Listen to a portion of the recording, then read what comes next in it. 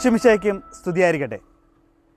കേരളത്തിലെ പ്രധാനപ്പെട്ട കുരിശുമലകൾ പരിചയപ്പെടുത്തുന്ന കുരിശുമലകൾ എന്ന ഈ പ്രോഗ്രാമിലേക്ക് ഗുഡ്നസ് ടിവിയുടെ എല്ലാ പ്രേക്ഷകർക്കും ഹൃദ്യമായ സ്വാഗതം. ഇടുക്കി ഹൈറേഞ്ചിൻ്റെ പ്രവേശന കവാടമായ കോതമംഗലത്തുള്ള ഒരു പ്രധാനപ്പെട്ട കുരിശുമലയാണ് ഇന്ന് ഞങ്ങൾ പരിചയപ്പെടുത്താൻ പോകുന്നത്. കോതമംഗലം ടൗണിൽ നിന്നും ഏകദേശം 7 കിലോമീറ്റർ മാറിയുള്ള സെൻറ് തോമസ് നാടുകാണി ദേവാലയം. ഈ ദേവാലയത്തോട് ചേർന്നുള്ള നാടുകാണി കുരിശുമലയിലേക്കാണ് ഇന്ന് നമ്മൾ കയറാൻ പോകുന്നത്.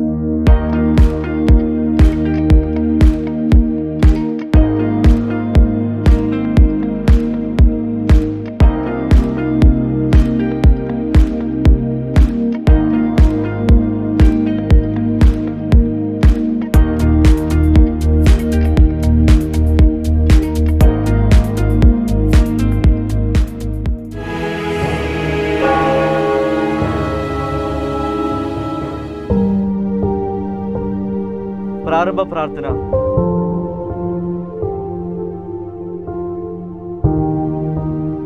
സ്വർഗത്തിലേക്കുള്ള വഴി ഞെരുക്കമുള്ളതും വാതിലിടുങ്ങിയതുമാണെന്ന് ഞങ്ങളെ അറിയിച്ച കർത്താവേ, ജീവിതത്തിൻ്റെ ഓരോ ദിവസവും ഞങ്ങൾക്കുണ്ടാകുന്ന വേദനകളും കുരിശുകളും സന്തോഷത്തോടെ സഹിച്ചുകൊണ്ട് ആ ഇടുങ്ങിയ വഴിയിൽ കൂടി സഞ്ചരിക്കുവാൻ ഞങ്ങളെ സഹായിക്കണമേ.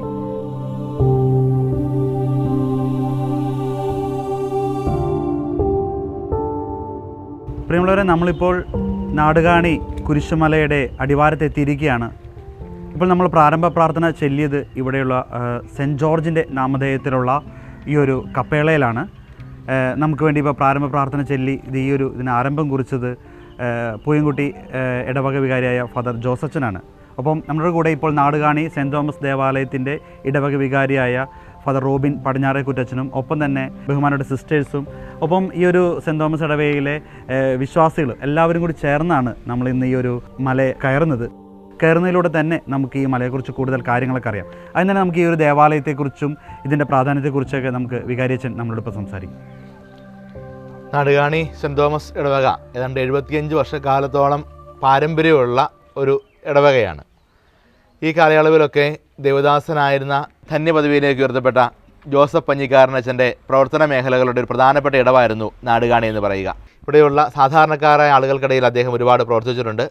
പിന്നീട് ഈശോച്ചൻ വികാരിയായിരുന്ന കാലഘട്ടം മുതൽ ദേവാലയത്തിൻ്റെ സ്ഥാപനവുമായി ബന്ധപ്പെട്ട കാര്യങ്ങൾ ഇവിടെ നടക്കുകയും ബഹുമാനപ്പെട്ട കച്ചിറമറ്റോച്ചൻ്റെയും ആര്യപ്പിള്ളച്ചൻ്റെയും ശ്രമഫലമായിട്ട് ദേവാലയം പൂർത്തീകരിക്കപ്പെടുകയും ചെയ്തു. കഴിഞ്ഞൊരു 75 വർഷക്കാലം വളരെ സഭാത്മകമായി വലിയ ആത്മീയതയിൽ അടിയുറച്ച് മുൻപോട്ട് പോയ ഒരു പാരമ്പര്യമാണ് ഈ നാടുകാണി ഇടവക സമൂഹത്തിനുള്ളത്. കോതമംഗലം രൂപതയുടെ കീഴിൽ വരുന്ന ദേവാലയമാണ്. കോതമംഗലം ടൗണിനോട് ചേർന്ന് നിൽക്കുന്ന, ടൗണിൻ്റെ എക്സ്റ്റൻഷൻ എന്ന് വേണമെങ്കിൽ പറയാൻ കഴിയുന്ന അത്രയും ടൗണുമായി ബന്ധപ്പെട്ട് കിടക്കുന്ന ഒരു പ്രദേശമാണ്. പക്ഷേ സാധാരണക്കാരായ ആളുകൾ ജീവിക്കുന്നു. ഒപ്പം തന്നെ ടൗണിൻ്റേതായ ബുദ്ധിമുട്ടുകളോ തിരക്കുകളോ ഒന്നുമില്ലാതെ വളരെ സ്വസ്ഥമായിട്ട് ജീവിക്കാൻ കഴിയുന്ന, വളരെ സന്തോഷകരമായിട്ട് ജീവിക്കാൻ കഴിയുന്ന, തിരക്കുകളില്ലാതെ ജീവിക്കാൻ കഴിയുന്ന നല്ലൊരു ഇടമാണ്. അപ്പോൾ ഇതിൻ്റെ ഒരു ആത്മീയ നിറവിലാണ് നാടുകാണി സെൻറ്റ് തോമസ് ദേവാലയം സ്ഥിതി ചെയ്യുക. ഈ ദേവാലയത്തിൻ്റെ ഒരു വലിയ സമ്പത്താണ്, വലിയൊരു ഐശ്വര്യമാണ് നമ്മുടെ ഈ കുരിശുമല എന്ന് പറയുക. ധാരാളം വിശ്വാസികൾ കേരളത്തിൻ്റെ പല ഭാഗത്തു നിന്ന് വന്ന് മല കയറുന്നുണ്ട്. കേരളത്തിന് പുറത്തുനിന്ന് പോലും ആളുകൾ വന്ന് മല കയറുന്നുണ്ട്. ഒത്തിരിയേറെ ആളുകൾ വന്ന് കയറുന്നുണ്ട്. ഒരു ആത്മീയതയുടെ നിറവുള്ള ഇടമാണ്. ഒപ്പം തന്നെ പ്രകൃതി രമണീയമായ വളരെ മനോഹരമായൊരു ഇടമാണ്. എന്ന് വെച്ചാൽ ഒരിക്കൽ കയറി കഴിഞ്ഞാൽ ഇറങ്ങിപ്പോകാൻ തോന്നാത്ത തരത്തിൽ അത്രമാത്രം മനോഹരമായിരിക്കുന്ന ഒരിടമാണ് നാടുകാണി കുരിശടി എന്ന് പറയുക, ഈ കുരിശുമുടി എന്ന് പറയുക. അത് ഈ നാടിൻ്റെ ഒരു വികാരം കൂടിയാണ് ഈ കുരിശുമുടി എന്ന് പറയുക. ഓക്കെ, അപ്പോൾ എന്തായാലും നമുക്ക് ഈ ഒരു നാടുകാണി കുരിശുമല നമുക്ക് കയറാൻ ആരംഭിക്കാം. 1.5 കിലോമീറ്ററോളം ദൂരമാണ് മുകളിലേക്കുള്ളത്. പോകുന്ന വഴിക്ക് തന്നെ നല്ല കുത്തനെയുള്ള കയറ്റങ്ങളൊക്കെ ഉണ്ട്, കുറച്ച് കഷ്ടപ്പാടൊക്കെയാണ്. എന്തായാലും നമുക്ക് പ്രാർത്ഥിച്ച് ഒരുമിച്ച് തന്നെ നമുക്ക് ഈ മല കയറാം.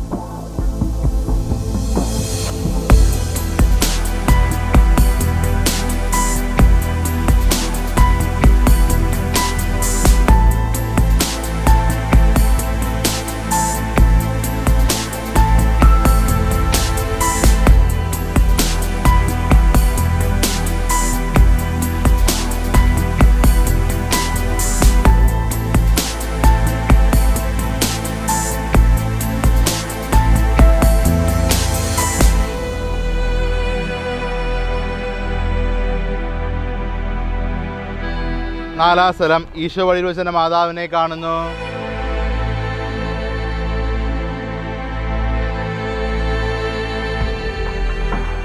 അങ്ങനെ നമ്മൾ നാടുകാണി കുരിശുമലയുടെ ഏകദേശം 4ാം സ്ഥലം വരെ എത്തി നമ്മൾ പ്രാർത്ഥിച്ച് നിൽക്കുകയാണ്. ഇവിടെ എത്തുമ്പോൾ നമുക്ക് ഈ ഒരു കുരിശുമലയുടെ ഒരു ഏകദേശം ചിത്രം നമുക്ക് ലഭിക്കും. ഇപ്പോൾ നിങ്ങൾക്ക് കാണാൻ സാധിക്കുകയാണെങ്കിൽ, എൻ്റെ പുറകിൽ നിങ്ങൾക്ക് കാണാൻ സാധിക്കുകയാണെങ്കിൽ അത് ഏറ്റവും മുടിയുടെ ഏറ്റവും മുകളിലുള്ള കുരിശ് നമുക്ക് ഇവിടെ നിന്ന് കാണാൻ സാധിക്കും. വളരെ കുത്തനെയുള്ളൊരു കയറ്റമാണ് ഇനി അങ്ങോട്ട്. ഇതിൻ്റെ ഒരു ചരിത്രത്തെക്കുറിച്ച് നമുക്ക് അറിയാം. എനിക്കൊന്ന് കൈക്കാരൻ, എൻ്റെ പേര് ജോബ് അല്ല, നമ്മൾ പറയും. എത്ര വർഷമായി ചേട്ടാ ഈ ഒരു കുരിശുമല നമുക്ക് ഇവിടെ സ്ഥാപിതമായി? നാടുകാണി സെൻറ്റ് തോമസ് പള്ളി സ്ഥാപിതമായത് ഏകദേശം 1937 അന്ന് തൊട്ട് ഈ മലയിൽ ഇങ്ങനെ നമ്മുടെ ഈ മാർത്തമ്മ പള്ളിയായിട്ട് ബന്ധപ്പെട്ടിട്ട് മലകയറ്റം ഉണ്ടായിരുന്നു. അന്നൊക്കെ സാധാരണ ദുഃഖ വെള്ളിയാഴ്ചയും പെരുന്നാളുടെ സമയത്തും 2 പ്രാവശ്യമാണ് സാധാരണ മല കയറിക്കൊണ്ടിരുന്നത്. പിന്നീട് അത് മാറി വന്നിട്ട് ഇപ്പോൾ എല്ലാ സീസണിലും എല്ലാ ദിവസവും തന്നെ എല്ലാം നോയമ്പ് കാലത്ത് മാത്രമല്ല അല്ലാത്തപ്പോഴും തീർത്ഥാടകരും നാനാജാതി മതസ്ഥർ കയറിയിറങ്ങുന്ന ഒരു മലയാണിത്. ഇപ്പം ഏകദേശം ഒരു 100 വർഷത്തിന് അടുക്കുന്നു അല്ലേ? ഒരു ദേവാലയം വന്നിട്ട് ഇപ്പൊ 2026 37 90 വർഷത്തോളം. ഇപ്പൊ ആ ഒരു കാലഘട്ടത്തിലൊക്കെ ഇവിടെ എങ്ങനെയായിരുന്നു നിങ്ങൾ കയറാൻ? ഇത്തരത്തിൽ തന്നെ ഇങ്ങനെ തന്നെ കിടക്കായിരുന്നു, അല്ലെങ്കിൽ മറ്റ് വന്യമൃഗങ്ങളൊക്കെ ശല്യം അല്ലെങ്കിൽ അത്തരത്തിലൊക്കെ ഉണ്ടായിരുന്നു? അന്നത്തെ കാലത്ത് ഈ കാട്ടുപന്നി, കുരങ്ങ് അങ്ങനെയുള്ള സാധനങ്ങളെല്ലാം ഞങ്ങൾ കയറി വരുമ്പോൾ കാണായിരുന്നു. അന്ന് ഇങ്ങനെയുള്ള വിശാലമായിട്ടുള്ള വഴിയോ കാര്യങ്ങളോ ഒന്നും ഉണ്ടായിരുന്നില്ല. ഒരു ഒറ്റയടിപ്പാത പോലെ ഇങ്ങനെയുള്ള ഇതായിരുന്നു. അന്ന് ഹാൻഡ് റെയിൽസോ ഇതുപോലെ ഈ 14 സ്ഥലങ്ങളോ ഒന്നും ഉണ്ടായിരുന്നില്ല. കാലാകാലങ്ങളിൽ വന്ന വികാരി അച്ഛന്മാരും ഈ ഇടവക സമൂഹം എല്ലാം കൂടിയാണ് ഇന്നത്തെ രീതിയിൽ ഈ സ്ഥലം ഇങ്ങനെ ആക്കിയെടുത്തത്. നോയമ്പ് കാലത്ത് ഈ വലിയ നോയമ്പിൽ നമ്മൾ ആദ്യം തൊട്ട് ഇനി അടുത്തയാഴ്ച തുടങ്ങും. നമ്മൾ ഈ ഇത് മുഴുവൻ രാത്രി പോലും കയറി ഇറങ്ങത്തക്ക രീതിയിൽ ലൈറ്റും സംവിധാനങ്ങളെല്ലാം അറേഞ്ച് ചെയ്യും. എന്തായാലും വളരെ മനോഹരമായ ഒരു മലയാണ് നാടുകാണി കുരിശുമല. കയറാൻ അല്പം ബുദ്ധിമുട്ടുണ്ടെങ്കിലും നമുക്ക് അതിൻ്റേതായ ഒരു ബുദ്ധിമുട്ടുകളൊക്കെ ഒഴിവാക്കി ഈ ഒരു പ്രകൃതിയുടെ നല്ലൊരു കാറ്റും അങ്ങനെ നല്ലൊരു കാലാവസ്ഥ നമുക്ക് ഒരുക്കി കിട്ടുന്നുണ്ട് ഇവിടെ. എന്തായാലും നമുക്ക് മലകയറ്റം പുനരാരംഭിക്കാം.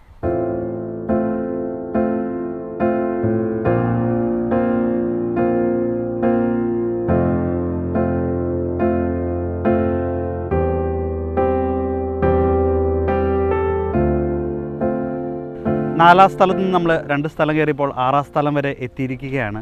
എന്തായാലും ഇപ്പോൾ ഈ ഒരു കുരിശുമലയുടെ ഇതുമായി ബന്ധപ്പെട്ട് വർഷങ്ങളോളം ഇവിടെ ഉണ്ടായിരുന്നവരാണ്. ഒപ്പം പള്ളിയുടെ ദേവാലയ കൈക്കാരന്മാരുമായിട്ടും മറ്റ് പ്രധാന മേഖലയിലൊക്കെ പ്രവർത്തിച്ചവരാണ് കൂടെയുള്ളത്.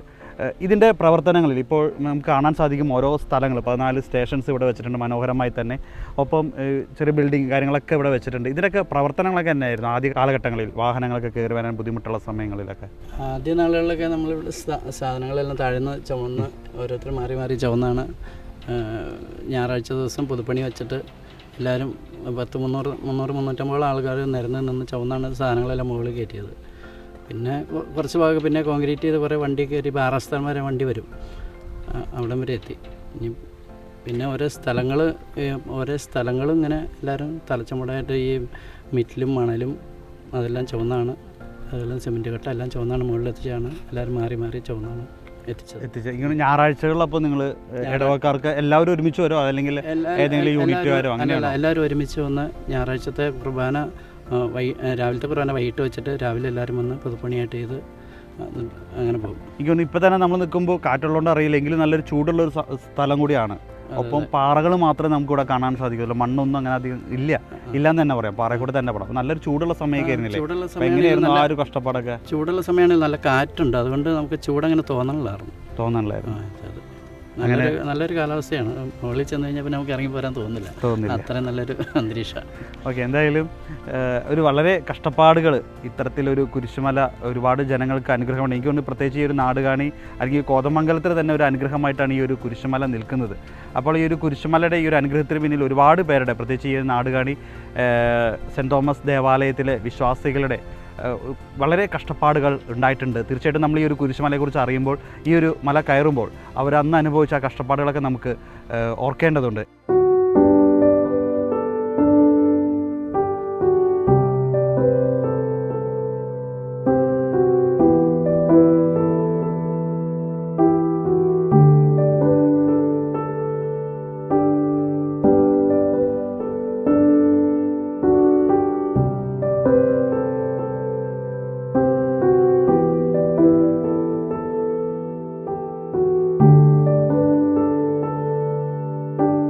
നമ്മളിവിടുത്തെ കുത്തനെയുള്ള ആ ഒരു കയറ്റം കയറിക്കൊണ്ടിരിക്കുകയാണ്.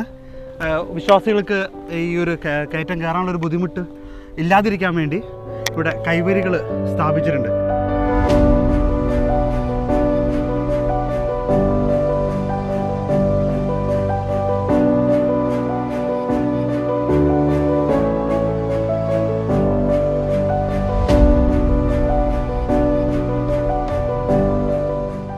അങ്ങനെ നടന്ന് നമ്മളിപ്പോൾ 11ാം സ്ഥലം വരെ എത്തിയിരിക്കുകയാണ്. നമ്മൾ താഴെ നിന്ന് കണ്ട ആ കുത്തനെയുള്ള ആ കയറ്റമൊക്കെ നമ്മളിപ്പോൾ കയറി. വളരെ കഷ്ടപ്പാട് തന്നെയായിരുന്നു സത്യം പറഞ്ഞാൽ. സ്റ്റെപ്പുകളൊക്കെ പണിതുണ്ടെങ്കിലും നമ്മൾ നേരത്തെ പറഞ്ഞ പോലെ ഇരുമ്പിൻ്റെ കൈവേരിയൊക്കെ ഉണ്ടെങ്കിലും വളരെ ബുദ്ധിമുട്ട് തന്നെയായിരുന്നു. പക്ഷേ നമ്മൾ ഈ കയറും തോറും നമ്മൾക്ക് ഈ ഒരു നാടുകാണി കുരിശുമലയുടെ ആ ഒരു സൗന്ദര്യം ഉണ്ടല്ലോ, നമ്മൾ ആ ചുറ്റും ഒന്ന് നോക്കുമ്പോൾ കണ്ണോടിക്കുമ്പോൾ കിട്ടുന്ന ആ ഒരു സൗന്ദര്യമായിരുന്നു പിന്നെ വീണ്ടും നമ്മളെ കയറ്റുന്നത്. ഒപ്പം നമ്മുടെ ആ ഒരു കുരിശിൻ്റെ വഴി ചൊല്ലിക്കൊണ്ടുള്ള ഒരു പ്രാർത്ഥനയിലൂടെ നമ്മൾ കയറുമ്പോൾ ആ പ്രാർത്ഥനയും നമുക്ക് ഈ ഒരു മല കയറാനുള്ള ശക്തി നമുക്ക് നൽകുന്നുണ്ട്. എന്തായാലും നമുക്കിപ്പോൾ ഇവിടെ നിൽക്കുമ്പോൾ തന്നെ വർഷങ്ങളായിട്ട് ഈ മല കയറുന്ന ആളുകളൊക്കെയാണ് എൻ്റെ ചുറ്റിലേക്കുള്ളത്. നമുക്ക് ഇവരോട് ചോദിക്കാം, ഈ ഒരു നാടുകാണി കുരിശുമല, വിശുദ്ധ തോമാസ് ശ്ലീഹായുടെ നാമധേയത്തിലുള്ള ഈ ഒരു കുരിശുമല കയറുമ്പോൾ അവർക്ക് ലഭിക്കുന്ന അവർക്ക് ലഭിക്കുന്ന ആനന്ദത്തെക്കുറിച്ചും അല്ലെങ്കിൽ അനുഭവത്തെക്കുറിച്ചൊക്കെ നമുക്ക് ചോദിക്കാം. ചേട്ടൻ പറയാനുള്ളത് പേരെന്താണ് ചേട്ടൻ്റെ? എൻ്റെ പേര് ഫ്രാൻസിസ്. ഓക്കെ. എത്ര വർഷമായിട്ട് മല കയറുന്നുണ്ട്? ഞാൻ വർഷങ്ങളായിട്ട് കൊച്ചുനാൾ മുതൽ മല കയറിക്കൊണ്ടിരിക്കുന്ന ആളാണ്. ഈ മല കയറുന്നതാണ്. എങ്ങനെയാണ് ഈ ഒരു മല കയറുമ്പോൾ ഒരു അനുഭവമൊക്കെ ഒന്ന് ഷെയർ ചെയ്യാം പ്രേക്ഷകർക്ക് വേണ്ടി? മല കയറുമ്പോൾ എന്ന് പറഞ്ഞു കഴിഞ്ഞാൽ ഞങ്ങൾ താഴെ നിന്ന് കുരിശിൻ്റെ വഴിയായിട്ട് തന്നെ എല്ലാ വർഷങ്ങളും കയറിക്കൊണ്ടിരിക്കുന്ന കുരിശിൻ്റെ വഴിയായിട്ടാണ് കയറുന്നത്. അപ്പോൾ അങ്ങനെ വരുമ്പോൾ എന്ന് പറഞ്ഞു കഴിഞ്ഞാൽ ഒരു കുരിശിൻ്റെ വഴി പ്രാർത്ഥനയിൽ കയറുമ്പോൾ എത്ര പറ്റില്ലാത്തവരും ഈസി ആയിട്ട് മലയിൽ കയറുമെന്ന് പ്രാർത്ഥനയൊക്കെ കഴിഞ്ഞ് ഇറങ്ങിപ്പോകാറുണ്ട്.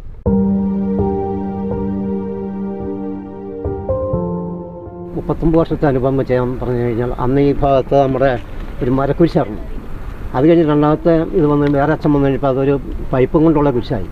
പിന്നെ മൂന്നാമത്തെ ഇത് വന്നു കഴിഞ്ഞപ്പോൾ നമ്മുടെ ജിനോ പുന്നമറ്റച്ഛൻ്റെ കാലഘട്ടത്തിൽ ഇത് ഓരോ കുരിശും ഓരോ 14 സ്ഥലവും സ്പോൺസർ ചെയ്തിട്ടുണ്ട്. ഓരോരുത്തർ എല്ലാ പേരും അഡ്രസ്സും അതിൽ കൊടുത്തിട്ടുണ്ട്. അങ്ങനെ അത് ചെയ്തു തീർക്കാൻ ഇതായിട്ട് എല്ലാ ഞായറാഴ്ചയും കുർബാന വൈകുന്നേരമാക്കിയിട്ട് പൊതുജനങ്ങളുടെ ഭാഗത്തുനിന്നുള്ള കട്ടയും ഇഷ്ടിയും സിമെൻ്റൊക്കെ ചുമന്ന് കയറ്റിക്കൊണ്ടുപോയാണ് നമ്മളന്ന് ഇത് പണിത്. അതിനിടയ്ക്ക് ഇങ്ങനെ നമ്മുടെ ഈ വർഷങ്ങൾ കയറിക്കൊണ്ടിരുന്നപ്പോൾ ഒരു വർഷം എനിക്കന്ന് ചെറുതായിട്ട് ഓർമ്മയുള്ളൂ. അന്ന് വൈകുന്നേരം നേരം കയറിക്കൊണ്ടിരുന്ന മല. അന്ന് താഴെ വെച്ച് നമ്മളൊരു പഴയ അന്ന് പള്ളിയിലത്തെ ഒരു കപ്പ്യാരുണ്ടായിരുന്ന ചേട്ടൻ പുള്ളി മരണപ്പെട്ടു. അതിനുശേഷം പിന്നെ നമ്മളെല്ലാം രാവിലെ ആക്കി കയറ്റങ്ങളൊക്കെ. അങ്ങനെയാണ് നമ്മൾ മലകയറ്റം. പിന്നെ മേളിലൊരു നമ്മുടെ ഒരു ചാപ്പലുണ്ട്.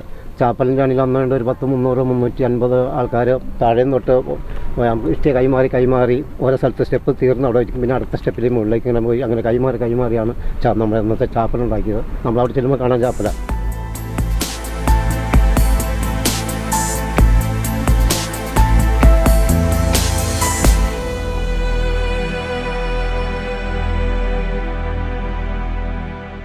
പന്ത്രണ്ടാം സ്ഥലം ഈശോ മിശിഹാ കുരിശിൽ മരിക്കുന്നു.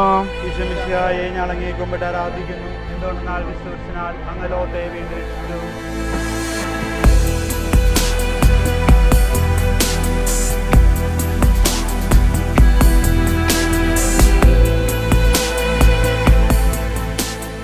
അങ്ങനെ നമ്മൾ കുരിശുമല കയറി 13ാമത്തെ സ്ഥലം നമ്മൾ എത്തിയിരിക്കുകയാണ്. ആ ഒരു പ്രധാനപ്പെട്ട അല്ലെങ്കിൽ ഏറ്റവും ബുദ്ധിമുട്ടേറിയ എന്ന് തോന്നുന്ന എല്ലാ സ്ഥലങ്ങളും നമ്മളിപ്പോൾ കയറി ഇവിടെ എത്തിയിരിക്കുകയാണ്. ആദ്യം മുതലേ നമ്മുടെ ഒപ്പം കയറാനായിട്ട് ബഹുമാനയുടെ സിസ്റ്റേഴ്സും അതോടൊപ്പം തന്നെ ഇടവകയിലെ തന്നെ കുറച്ച് ചേച്ചിമാരൊക്കെ ഉണ്ടായിരുന്നു. എന്തായാലും ഇവരോട് നമുക്ക് ചോദിക്കാം ഇപ്പോൾ ഈ ഒരു മല കയറിയതിൻ്റെ അനുഭവം. സിസ്റ്റർ മദറാണ് അല്ലേ? ഓക്കെ. ആദ്യമായിട്ടാണോ മല കയറുന്നത്? ഞാനിപ്പോൾ ഇത് 2ാമത്തെ പ്രാവശ്യം കയറുന്നത്. ഈ വർഷമാണ് നാടുകാണിയുടെ വേലിക്ക് വന്നത്. 2ാമത്തെ പ്രാവശ്യം കയറുന്നത്. ഇത് കയറാൻ നേരത്ത് താഴെ വരുമ്പോൾ 3 സ്ഥലം വരെ കയറുള്ളൂ എന്നോർത്താണ് നമ്മൾ പോരുന്നത്. പക്ഷെ ഓരോ സ്ഥലം കയറുമ്പോൾ നമുക്ക് പ്രത്യേക ഒരു എനർജി കിട്ടുവാണ്. പിന്നെ ഇവിടം വരെ കയറി വന്ന് വലിയൊരു ഭാഗ്യവെട്ടാൻ കാണുവാണ്. കാരണം നമ്മൾ ഈ മലയുടെ മുകളിൽ കയറി എന്ന് കഴിഞ്ഞാൽ നമുക്ക് പ്രത്യേക ഒരു ഗ്രേസ് കിട്ടുക, ഒരു പ്രത്യേക ദൈവകൃപ അനുഗ്രഹവും ഒക്കെ. പിന്നെ നമ്മൾ പ്രാർത്ഥിക്കുന്ന കാര്യങ്ങൾക്കൊക്കെ ഉത്തരം കിട്ടുന്നുണ്ട് മല കയറുന്നതിന് വഴി. പിന്നെ ഇത് കാണുമ്പം ഈ നാടും നഗരവും മുഴുവൻ നമുക്ക് കാണാൻ പറ്റും. ഇത് വലിയ ഭാഗ്യവെട്ടാൻ കരുതുവാണ്. ക്ഷീണമൊന്നുമില്ല, ക്ഷീണമൊക്കെ തീർന്നു. അതാ ചോദിച്ചു, ഇത്രയും കുത്തനെയുള്ള കയറ്റമൊക്കെ കയറിയിട്ട് ഒരു പ്രശ്നമില്ല അല്ലേ? ഒരു പ്രശ്നമില്ല, വളരെ സന്തോഷമാണ്. എന്തായാലും അത് തന്നെ നമുക്ക് നൽകുന്നൊരു ഉറപ്പുണ്ട്. കാരണം ആർക്കും ഈ ഒരു മല വളരെ താഴെ നിന്ന് കണ്ടാൽ നമുക്കൊരു പക്ഷേ ഈ ഒരു നാടുകാണി മല നമുക്ക് ഭയപ്പെടുത്തുമായിരിക്കാം. ആ ഒരു കുത്തനെയുള്ള കയറ്റമൊക്കെ നമ്മളെ ഭയപ്പെടുത്താം. ഞങ്ങളെയും ഭയപ്പെടുത്തിയായിരുന്നു ആദ്യം വരുന്ന സമയത്ത്, ഈ മല ഞങ്ങളെങ്ങനെ കയറുമെന്നുള്ളത്. പക്ഷേ ആർക്കും കയറാം, പ്രാർത്ഥിച്ച് ആ ഒരു എന്താ പറയുക, ഒരു ചൈതന്യത്തോടെ നമ്മൾ കയറുകയാണെങ്കിൽ തന്നെ നമുക്ക് വളരെ ഈസി ആയിട്ട് കയറാം. എന്തായാലും മറ്റൊരു സിസ്റ്ററിൻ്റെ പേര് റോസ്മിത അല്ലേ? സിസ്റ്റർ എത്ര വർഷമായിട്ട് കയറുന്നതാണ്? നാടുകാണി ഇടവകയിലേക്ക് വന്നിട്ട് 10 വർഷമാവുന്നു ഈ വർഷം. ഓക്കെ. കഴിഞ്ഞ 9 വർഷമായിട്ട് തുടർച്ചയായിട്ട് കയറുമായിരുന്നു. 2024 ഒരു മോട്ടോർ വെഹിക്കിൾ ആക്സിഡൻറ്റ് സംഭവിച്ച് ഞാൻ ഒരു മൾട്ടിപ്പിൾ ഫ്രാക്ചർ ആയിരുന്നു. അപ്പോൾ ഇനി ജീവിതത്തിലേക്ക് ഒരു തിരിച്ചുവരവില്ല എന്ന് പ്രതീക്ഷിച്ചിരുന്ന ഒരു സാഹചര്യത്തിൽ ഇവിടുത്തെ മലകയറ്റവും ഈ നാടുകാണി ഇടവമക്കളുടെ കണ്ണീരണിഞ്ഞ പ്രാർത്ഥനയുമാണ് ഇന്ന് എന്നെ ഈ മല കയറാൻ ഇവിടെ ഇടയാക്കിയത്.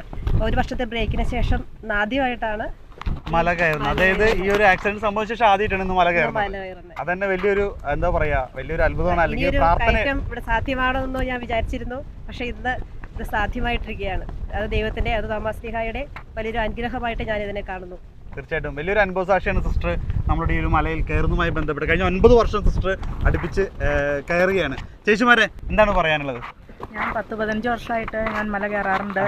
ഓരോ നിയോഗങ്ങളൊക്കെ വെച്ച് പ്രാർത്ഥിച്ച് കയറാറുണ്ട്. അത് കൂടുതലൊക്കെ സാധിച്ച് കിട്ടാറുണ്ട്. വലിയൊരു അനുഗ്രഹമായിട്ട് കണക്കാക്കുന്നു. അതല്ല, ഒരുപാട് പേര് നിയോഗങ്ങൾ വെച്ച് കയറുന്നുണ്ട് ഈ മല അല്ലേ? അതെല്ലാം സാധിച്ചു കിട്ടുന്നുണ്ട്. ഞങ്ങൾ മലയുടെ അടിവാരത്തിലാണ് താമസിക്കുന്നത്. ഞങ്ങളിവിടെ ജനിച്ചു വളർന്നതാണ്. ഇവിടെ ഞങ്ങൾക്ക് ഒത്തിരി അനുഗ്രഹങ്ങൾ തോമാശ്ലീഹയുടെ നാമധേയത്തിലെ കുരിശിൻ്റെ വഴി ചൊല്ലി എന്നും പ്രാർത്ഥനയ്ക്കും എല്ലാം ഞങ്ങളിവിടെ സഹകരിക്കുന്നുണ്ട്. അതുപോലെ കുടിക്കാൻ വെള്ളം കൊടുക്കുന്നുണ്ട്. അങ്ങനെ ഓരോ കാര്യങ്ങളെല്ലാം ഞങ്ങൾ ചെയ്യുന്നുണ്ട്. ഞങ്ങൾക്ക് ഒത്തിരി അനുഗ്രഹങ്ങൾ ഈ മലമുകളിൽ കിട്ടുന്നുണ്ട്. എന്തായാലും ഇതൊക്കെയാണ് ഇവിടുത്തെ സ്ഥിരം കയറുന്ന ആളുകളൊക്കെ നമ്മളോട് ഷെയർ ചെയ്യുന്നത്. ഈ ഒരു കുരിശുമല കയറുന്നതോടെ അവർക്ക് ലഭിക്കുന്ന അനുഗ്രഹങ്ങളും അത്ഭുതങ്ങളൊക്കെയാണ് ഇപ്പോൾ നമ്മൾ കേട്ടത്.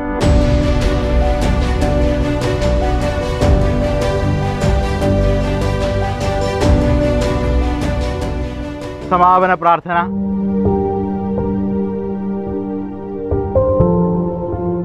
ഞങ്ങളുടെ പാപം വലുതാണെന്ന് ഞങ്ങൾ അറിയുന്നു. എന്നാൽ അങ്ങേ കാരുണ്യം അതിനേക്കാൾ വലുതാണല്ലോ. ഞങ്ങളുടെ പാപങ്ങൾ കണക്കിലെടുക്കുമ്പോൾ അവയ്ക്ക് വേണ്ടിയുള്ള ഈ പരിഹാര ബലിയും ഗൗനിക്കണമേ. നമ്മുടെ കർത്താവ് ഈശോ മിശിഹായുടെ കൃപയും പിതാവായ ദൈവത്തിന്റെ സ്നേഹവും പരിശുദ്ധാത്മാവിന്റെ സഹവാസവും സംസർഗവും നാം എല്ലാവരോടും കൂടെ ഉണ്ടായിരിക്കട്ടെ, എപ്പോഴും എപ്പോഴും എന്നേക്കും. നമ്മുടെ കൂടെ കുറച്ച് കുട്ടിക്കൂട്ടങ്ങൾ ഇവർ താഴെ മുതൽ ഇങ്ങനെ നമ്മുടെ ഒപ്പം നല്ല എനർജറ്റിക് ആയിട്ട് ഇവിടെ കയറിയിരിക്കുകയാണ്. നമുക്ക് ഇവരോട് ചോദിക്കാം, എങ്ങനെ ഉണ്ടായിരുന്നു നിങ്ങൾ ഈ ഒരു മല കയറിയുള്ള അനുഭവങ്ങൾ? ഈ മല ഞാൻ ചെറുപ്പം മുതലേ കയറുന്നതാണ്. വളരെ ദൈവാനുഗ്രഹമൊക്കെ ഇതിലൂടെ കിട്ടിയിട്ടുണ്ട്. രാവിലെ 6 മണിക്ക് ഇവിടെ വരും. താഴെ പ്രാരംഭഗാനം കയറും. ഒരു 7:30 തിരിച്ചിറങ്ങും. ഭയങ്കര ദൈവാനുഗ്രഹമായിരുന്നു. എനിക്ക് ഭയങ്കര ഇഷ്ടം. അങ്ങനെ ഏറ്റവും ചെറുതായിട്ട് ഇവനാണ് ഓടി കയറി ചാടി എന്ന് പറഞ്ഞ എങ്ങനെ ഉണ്ടായിരുന്നു? ഭയങ്കര ഇഷ്ടമാണോ ഈ മല കയറിയിട്ട്? പ്രാർത്ഥിച്ചൊക്കെയാണോ കയറാറ്? കുരിശിൻ്റെ വഴിക്ക് ചെല്ലിട്ടാണോ? ആണോ? എൻ്റെ അനുഭവം കിട്ടാറുണ്ടോ? എല്ലാ ദിവസവും പള്ളി വരുന്ന പിള്ളേരാണോ? എല്ലാ ദിവസവും പള്ളി വരും? അതല്ലേ.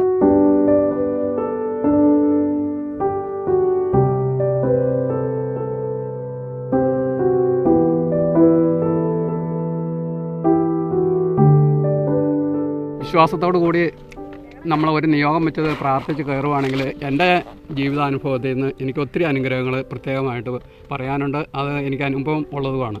പിന്നെ നമ്മളിപ്പോൾ ഇവിടെ ഈ കാണുന്ന സ്റ്റീൽ കുരിശ്, അത് ഇതിന് മുൻപ് പല പ്രാവശ്യം ഒരു 25 വർഷമായിട്ടേ ഉള്ളൂ ഇത്രയും പുരോഗതി ഈ മലയ്ക്ക് വന്നിട്ട്. അപ്പോൾ 25 വർഷം മുൻപൊക്കെ അത് കോൺക്രീറ്റ് കുരിശായിരുന്നു. ആ കുരിശ് എല്ലാ വർഷവും ഇടിവെട്ടി പോകും. അത് കഴിഞ്ഞിട്ട് ലാസ്റ്റ് ഇപ്പോൾ ഒരു 25 വർഷം മുമ്പ് അത് സ്റ്റീൽ കുരിശാണ്. അത് പെയിൻ്റ് അടിച്ചെന്ന് മാത്രമേ ഉള്ളൂ. അത് നമ്മുടെ ഗവൺമെൻറ് ഇവിടുന്ന് സ്പോൺസർ ചെയ്ത സംഭാവനയായിട്ട് ചുവന്ന് കയറ്റിയ കുരിശാണ്. അതുകൂടാതെ ഇതിലെ ഈ സൈഡിൽ കൂടെ നമ്മൾ നടന്ന് ചുമടുമായിട്ട് കയറിയിട്ടുണ്ട്. അതിലേയും ചുമന്ന് ആദ്യം കയറുമായിരുന്നു. ഇവിടെ വന്നിട്ടുണ്ടെങ്കിൽ നമുക്ക് മുകളിൽ എത്താൻ ഈസിയാണെന്ന് തോന്നും എങ്കിൽ പോലും മലയാറ്റൂരുമലയൊക്കെ കയറുന്നതിലും ബുദ്ധിമുട്ട് തന്നെയാണ് ഈ മല കയറുന്നത്. അതിൻ്റെ ദൈവാനുഗ്രഹം കയറിയേക്കണവർക്കൊക്കെ ഉണ്ടായിട്ടുമുണ്ട്.